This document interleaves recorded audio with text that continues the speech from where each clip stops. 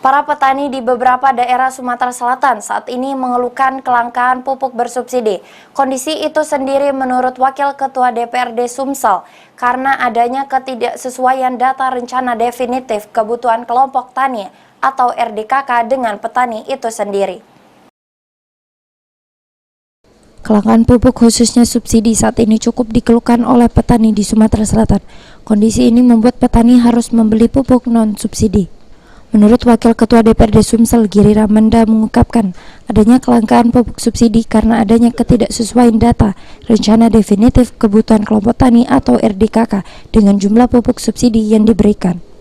Sehingga menurut Giri, dinas terkait perlu melakukan verifikasi penggunaan pupuk subsidi oleh petani dan ada keterbukaan dalam proses pendataan RDKK itu sendiri. Antara RDKK, data di Kementerian Pertanian, dan data subsidi yang diberikan oleh Kementerian Keuangan.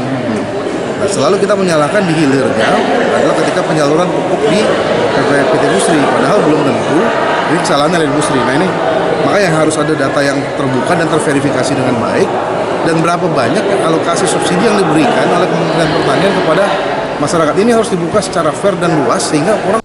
Kelangkaan pupuk subsidi sendiri membuat petani alami penurunan omset karena mereka harus membeli pupuk dengan jumlah yang mahal.